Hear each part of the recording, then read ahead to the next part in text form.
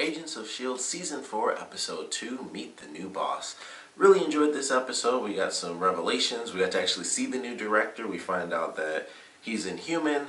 I don't know if I hate him or not by the end of the episode. Like, when it first started, it was like, oh, he's like the super happy guy, but you know, like, he doesn't actually care about people. That's how they made it seem at first. And then as it continues on, it's like, no, Coulson really was the main reasoning for this guy actually getting into that position. And as as things continue, it's like, okay, he does actually care about certain stuff, and everyone's in a different position of why this guy is here, except for Coulson. Like, everyone else is just like, he's just the new director, he's the one that took over, and we don't really know anything about him. And I'm curious how many people know that he's inhuman, because I guess everyone on base does know that, and those it was just something they don't really need to talk about, but I don't know, it was kind of hard to tell at the end there, where it's like everyone's knocked out, and it's like, is that a reason why he did it? Because everybody got destroyed by May, which was no surprise.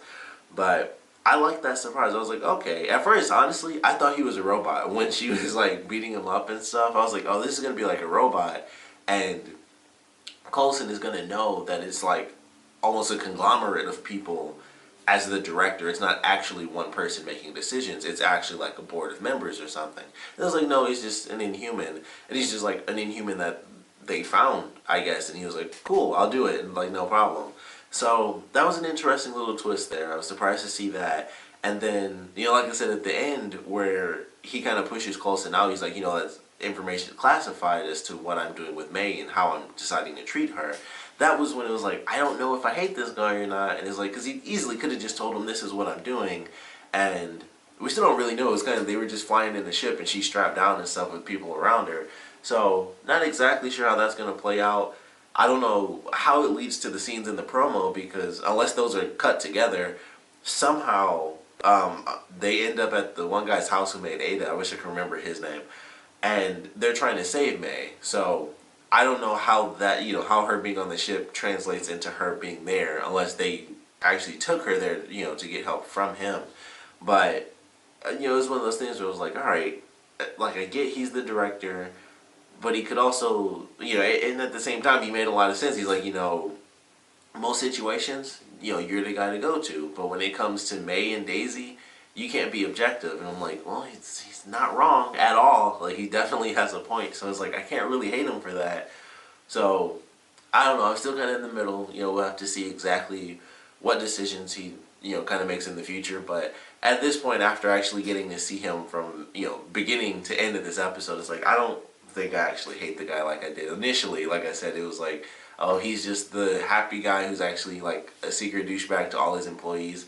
And he turns out not to actually be that guy. That's just the way he kind of has to be a little bit, it seems. So, yeah, I kind of appreciate the character. I'm interested to see where they take him and how long he actually lasts. Honestly, as the director, how long they're going to keep him on and, what's going to happen with that. But I thought that was really cool. Of course, more Ghost Rider, always really awesome.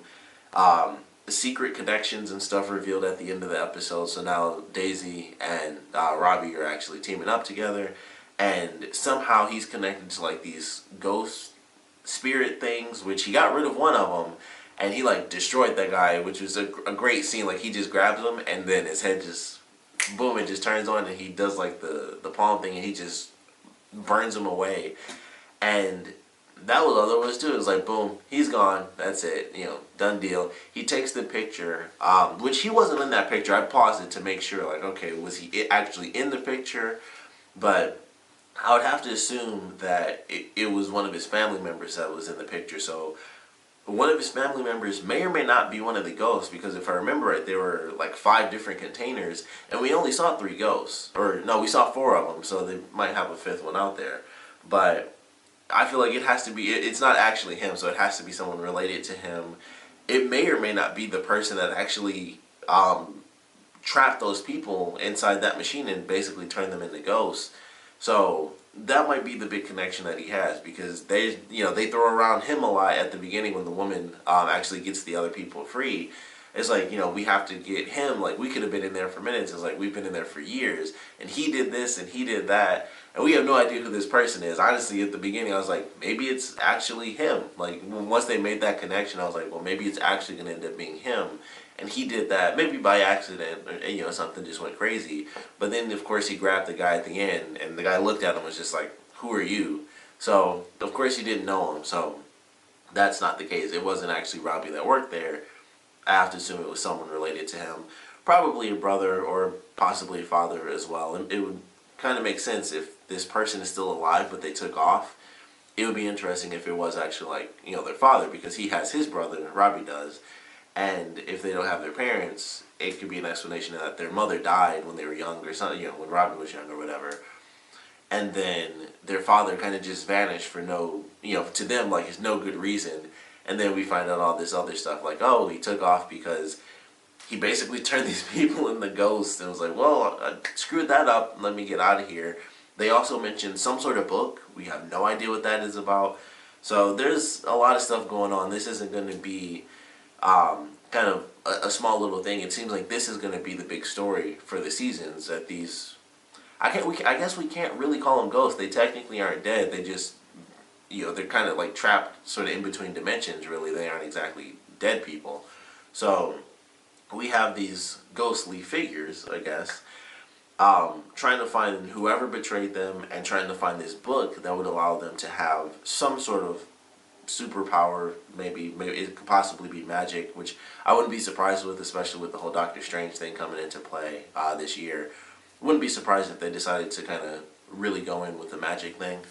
But either way, I'm actually kind of excited for that. People still go crazy. If they get touched, they'll still go crazy. So that, of course, was kind of the big thing for me in this episode, as she got crazier and crazier. And she goes and, like, talks to the guy, and, he tries to kill himself and stuff. So she's lost it. We'll have to wait and see how all that stuff plays out with her character. And I'm still excited. I'm actually really excited to see where they take things now that we've gotten to know, the director. We got to see what I have to assume, even if they take out, these spirit-like, people, I would assume Ghost Rider's side of the story is still going to continue on. Like, if whoever he's related to is the person that actually trapped these people for all this time, even if they get defeated, his story will still continue on, and we'll get to know more about whatever momentum, I think it was Momentum Energies, I believe. So we'll get to learn about that. It'll be some new big organization. We got our shields and hydras, and we don't really have much of AIM in the cinematic universe. We had like a little bit, but not really. So now we'll have our new organization that did something really crazy and supernatural based. So I'm kind of excited for that, to see what else can come from it and what history we get from Ghost Rider. More Ghost Rider, always going to be cool.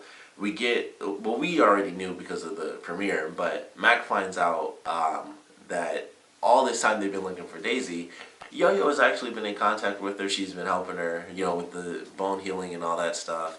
So if they end up meeting up, in the next episode, I'm not too sure how happy he's going to be, during that conversation, but he kind of realizes exactly what happened. And Fitz was really mad. He's like, she doesn't, want our help because something tragic happened. And he's like, we've all been through really crappy stuff, like, but we don't, we didn't take off, like, we're here because we're family and stuff. So, they're all, upset in their different ways. And she, of course they let her go, which I was kind of surprised by. They didn't want to force her because they still care about her and, what she wants to do. So they do end up letting her go. But I'm really curious how they're going to do the conversation between Mac and Yo-Yo, which they might not be able to fast track because they have like their whole, with the new director and everything is like, you have to do this at this time. It's very by the book, these days. So they might not have that conversation for, quite a while. Unfortunately, it'll be even longer because for whatever reason, we don't get an episode next week. I'm not sure if there's something I'm missing because I don't know what it is that, that I'm not thinking of. But for whatever reason, we're waiting 2 weeks, so that really sucks. But I definitely enjoyed this episode. Always love Ghost Rider. It's very simple. We got to see Robbie and Daisy fight again. I don't know how he's going to explain that whole car tipping over. Like, as soon as she pushed that car, I was like, there's no explanation for how that car fell over. Like, it fell. Like, that just doesn't happen. So I'm sure that won't actually be in the show, but that was the first thing I thought. As soon as that car fell, I'm like, how is he going to explain that tomorrow at work? Like, how does that happen? But I like the fight that they had. He was trying to go through some of the information and find out, like, whether or not she truly deserved to die, which I thought was a cool little scene, and that's how we get sort of the attachment between both sides of the story, kind of bringing them into one. So I really like that, because I have to assume that means with, these, spirit-like people, that's going to be S.H.I.E.L.D. and the main team, and then with Ghost Rider, Daisy, they'll also be going towards, like I said, my main theory is that whoever, whoever that person is that made those people like that, is actually going to be related to Robbie. I would assume it is going to end up being his father, because they mention, like, oh, it's been years. Like, the woman goes to her old house, and the guy's like, we lived here for years and stuff. They don't specify how many years it's been, but I would still assume that it would probably end up being like, Robbie's dad or something like that. But I like where they seem to be headed. I like the fact that there is a connection on both sides that could bring S.H.I.E.L.D. and Daisy together through like a bunch of different scenarios, and then we still have this is somehow still connected to the Watchdogs and everything else. So it's sort of a really weird circle of like how these different things end up connected together. So there's some greater thing as far as how they're getting these weapons, how this company really is connected, and then it's just these people are just dealing with their own crap, that they have to go through with now being basically spirits and stuff trapped between dimensions.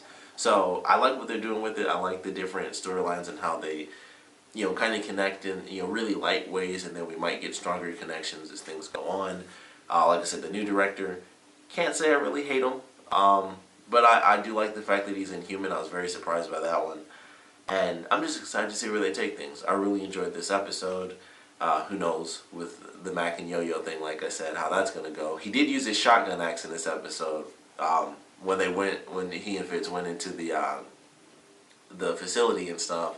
I was like, oh, it's always kind of cool just to see that, because it's such a weird thing that they've kind of made a joke about before, and now he has an actual shotgun axe. It's just kind of funny to me. But it was cool to see that, even though it was like a split second and all he did was, he chopped the lock off, and I was like, oh, okay. That's all we got to see. But it was still, it's just because it's such a video game type weapon, I think that's why I like seeing it, because it's so silly to me. It's like, it's an axe on a shotgun, and it's just really silly. But it certainly has its uses for sure. But enjoyed this episode, of course. Definitely want to know what you guys thought about it. So please comment below. Let me know your favorite parts, your least favorite parts. And with the way things are going and how they now have made this connection between Ghost Rider and these spirits and this entire company, I definitely want to know, even though it's super, super early, I would love to know your theories on, what's going on there. Because we have, these people who are turned into spirits, which they don't really get into exactly how that happened. They just went into the machine and basically they were just transferred in energy is pretty much what I guess from it. So we have kind of a vague theory, of an explanation on that, which you kind of just have to put together yourself. We have this mysterious book, this mysterious person, and this mysterious connection to Robbie. So I would love to know if you guys have any theories, how you think everything runs together, how it's going to play out, as well if you have a theory as to where you think it might be going this early on. But for me, like I said, my only guess is that it's probably going to be, whoever the spirit people are looking for is going to be related to Robbie, and that's how he has that connection. And it's like, I would assume it's father.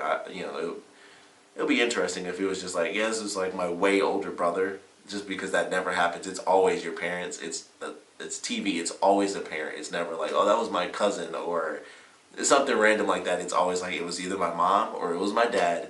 And those are the only two family members that could ever have disappeared that I really cared about. But that's just how I think it's going to play out. It'll end up being like his father or something like that. It could also be his mother, but, they said he. So it might not be the same person, if they do have more people that were in like different locations that were possibly turned into spirits or whatever. It could be, someone else that he actually didn't know. But that's my guess for now. Like I said, I want to know, your theories, your super early on theories on how everything works. And of course, I want to know what you guys thought about the episode in general. So please comment below, let me know, and thanks for watching.